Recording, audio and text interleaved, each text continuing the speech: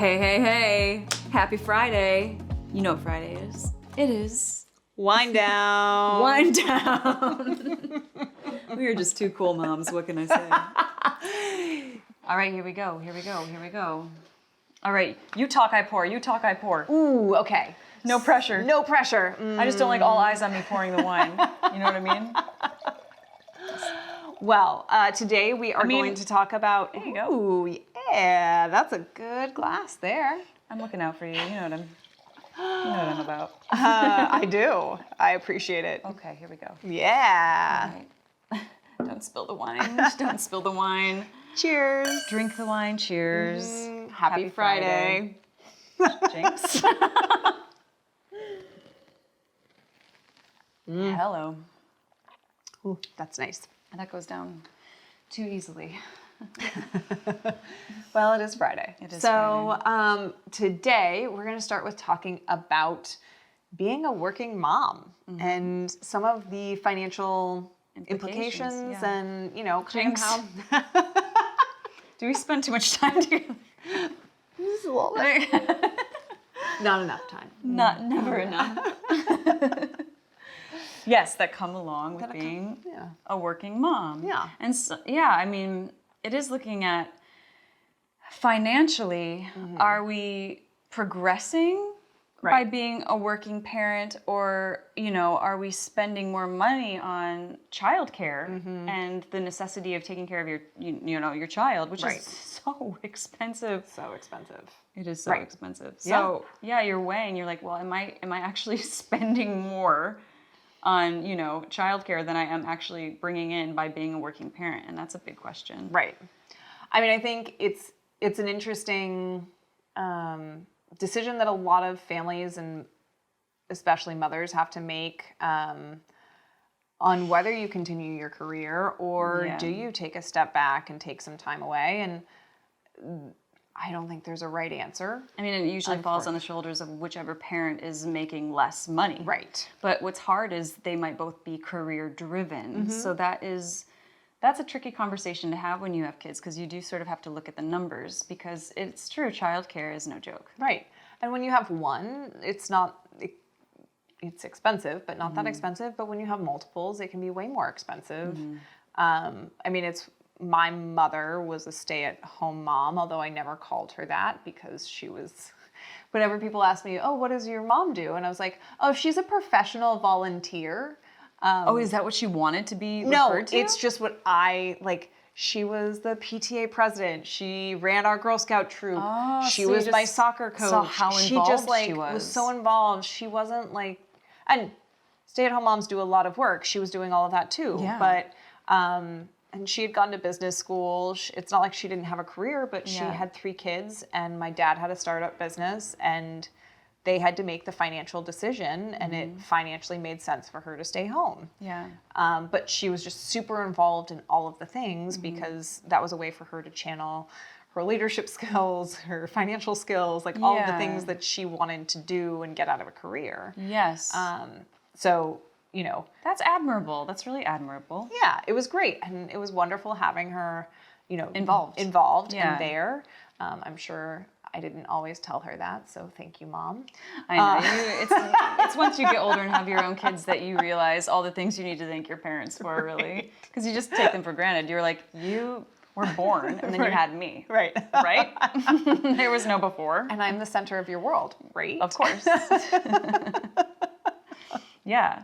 I know that since my daughter has been born, I've been the primary caretaker of her, but I've always been a working person. Right. And in the industry I work in, working in theater, I'm used to doing 8 shows a week, which is a really heavy workload. I don't know if people know what's going on in the theater world, but a Broadway schedule is 8 shows a week, 1 day off. That's a lot. Yes, and you don't get any, you don't get any national holidays or Christmas. You tend to work more during those times, and you accrue very little vacation time, and it all depends on who's in the show and who's out of the show, if you can even take it. You work really hard. Yeah. You really do. So I'm used to working, and I've said this to my husband because he's also in theater, And he is in a show, doing 8 shows a week. And so both of us get it. We know how hard it is. That is a breeze compared to being taking on the parental duties all day long. Because it's not a full-time job, it's an overtime job. It's true. Yes. Especially when they're itty bitty too. I mean, Yes.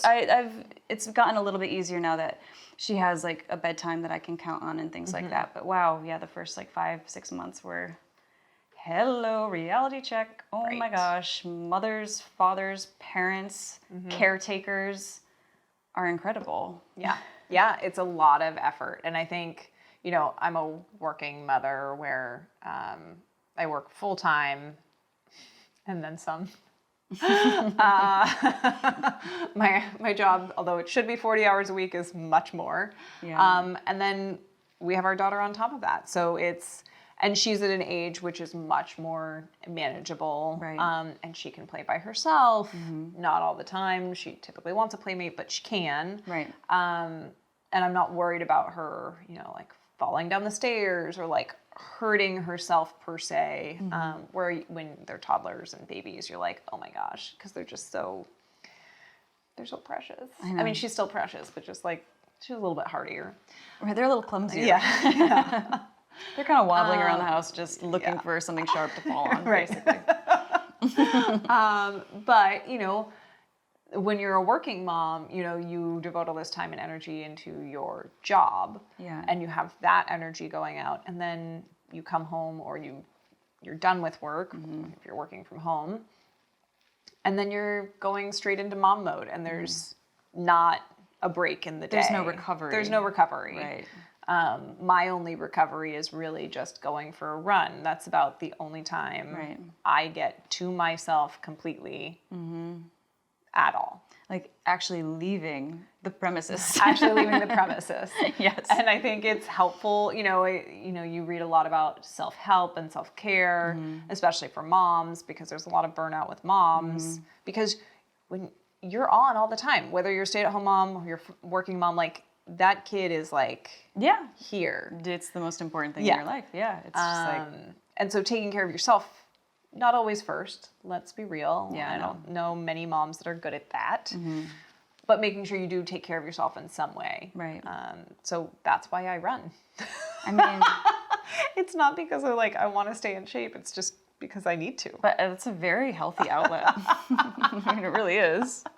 What my husband does for me is, it's true, there's something about like removing the child or yourself from the child to get that like full sense of peace. And he'll like take her out for errands so that I get, just a second. Because if she's near me, if I hear her, I feel, I just am so, I don't know, present to everything that's happening. I can't like detach from it. No. But we have gotten to the point now where we've had to hire, we're having to hire sitters, because life, and it's just necessary. And oh my gosh, we don't have her in a daycare or anything like that. And I know that's very expensive as well. My sister has her daughter in a school, like a very nice, I don't even know. It seems like a school, but she's 2, so I don't know. But she's childcare, very expensive. But even just a babysitter. Right. I mean, it's, if you're lucky, $20 an hour. Right. Easily between 20 to 30. And then if you have more kids and all the variables and stuff. And so, I mean, $20 an hour, do the math, it adds up. It adds up quickly. And so suddenly when you're like, okay, you know what, we want to have a date night once a week. I mean, that's, I don't know. If you're able to do that, congratulations. Oh, good for you. Yeah, right.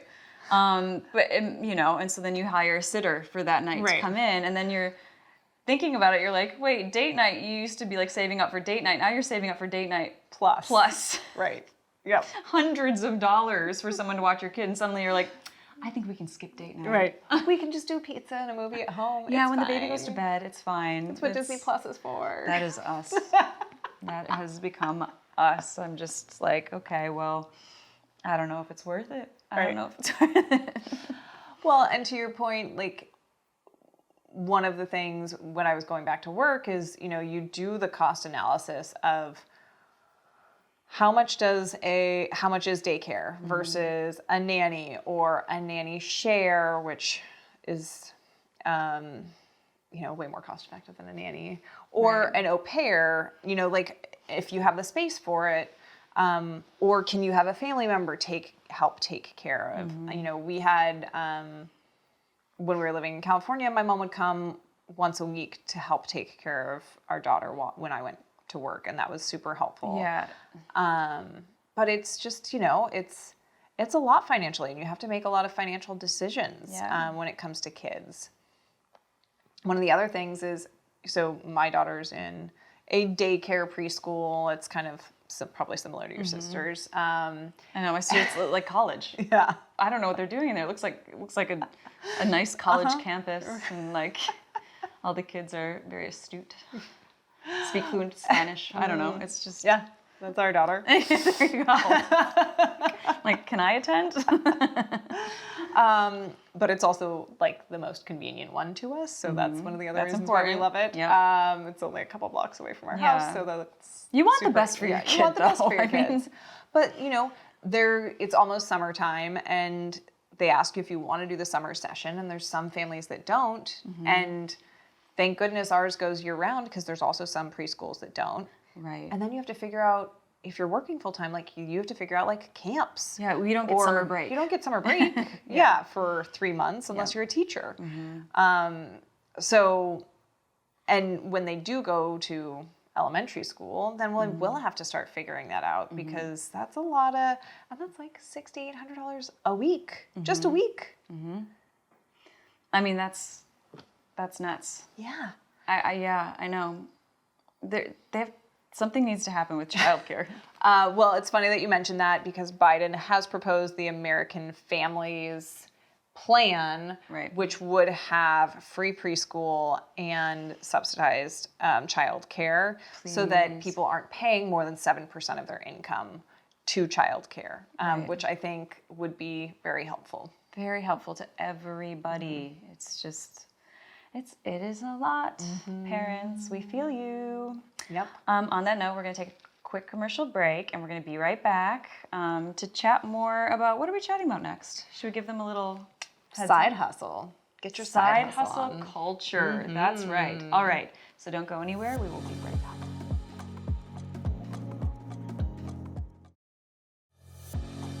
Welcome back. Okay, we're going to dive into the side hustle culture that we are living in today. This is... So I wanted to ask you, because so I work a normal 9 to 5, and put that in parentheses because it's never just 9 to 5. But it is corporate, and then there are people who have their side hustles on top of that. But I feel like being an actor, you're always kind of side hustling, right? Yeah, I mean... It feels like it's a slightly different take on it than probably your average American. Definitely.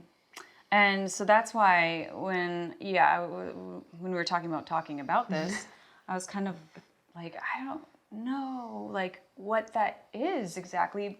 And then I thought about it, and I was like, well, no, actually, that's all I know. So yeah, I mean, any actor will attest to the fact that you're either like on a high or on a low. And a lot of actors, we have this thing that we say that you're working when you're out of work. That's when you're working.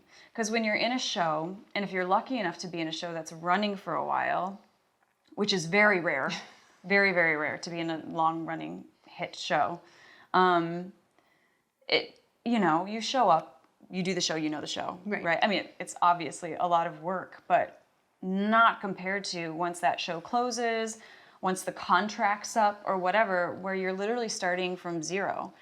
And your agents are calling and they're saying, okay, you need to learn 5 scenes and 3 songs by tomorrow, and show up to this audition and have it all prepared. And then you get another call and they're like, oh, and on top of that, we have another audition for you that's on the other side of town, and you need to learn 4 songs and 10 sides. They really want you to be off book, which means you need to memorize all of it. You know what I mean? It's just, you're literally hustling. Right. And you have to, because to book, there's so many people in the industry, and to book something, you have to keep going and going and pounding the pavement. So it can mess with your head. It's hard to have an inflated ego in the industry. Unless you hit it really, really big. But, if you're doing decently, you have highs and lows that always kind of keep you somewhat grounded, And do you find, you always hear these stories about Jennifer Aniston worked at a call center before she made it big or whatever. I was just reading a silly thing about that earlier. Do a lot of, maybe it's not Broadway actors, but a lot of actors wait tables or do a lot of other things on the side so that they can pursue this passion and make it their full-time gig. For sure. There's a stigma with actors are waiters or whatever. Right. It's true. There's so many actors that have, side hustle jobs. I know over the pandemic, I got into painting and I was selling art. Oh, and I didn't know this. Yeah, I was That's cool. kind of making enough money. It wasn't what I would get paid doing an acting gig, but it was enough to get by. And I just kind of, you just become resourceful. You're like, what else can I do? A lot of people are caterers. A really good friend of mine, a few of my friends actually, they do catering jobs because it's decent money. You get to choose your schedule, which is huge because auditioning is your first priority because you want to work in the field you want to work in. But I remember when my husband first started, he worked in a pizza shop. He worked in a pizza shop in England. Nice. And you do what you have to do. Right. So my whole life has been side hustling, but side hustling within the career I'm already established in. It's very weird. It's a very weird industry and world to be in. Yeah. It does. You're never fully comfortable. Right. Which becomes less fun as you get older. Yeah, and I think, actors being aside, I think, and it does seem like it is pervasive within the acting community that you have to have a side hustle in order to go after your real job or vice versa. You are a waiter trying to make the dream of being an actor a reality. I think that there does seem to be this culture these days, even within corporate America, where if you aren't working 24/7, so you have your job that is, your 40-hour-a-week job per se. They're never 40 hours a week. But then on top of that, you should be having your passion project and you should be working all hours and all weekend is never on enough, is it? doing X, Y, and Z to get ahead. Yeah.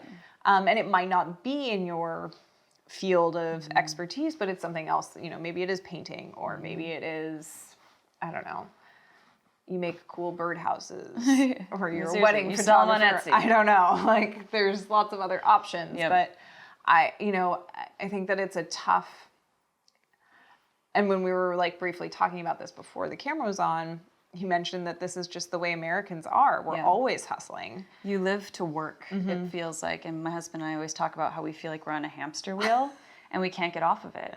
And your days just keep going and going and going, and you feel like you never get to sit back and just relax, for a second. And I do think that's just part of the culture here. It's just go, go, go. Enough is never enough, and success has no limit,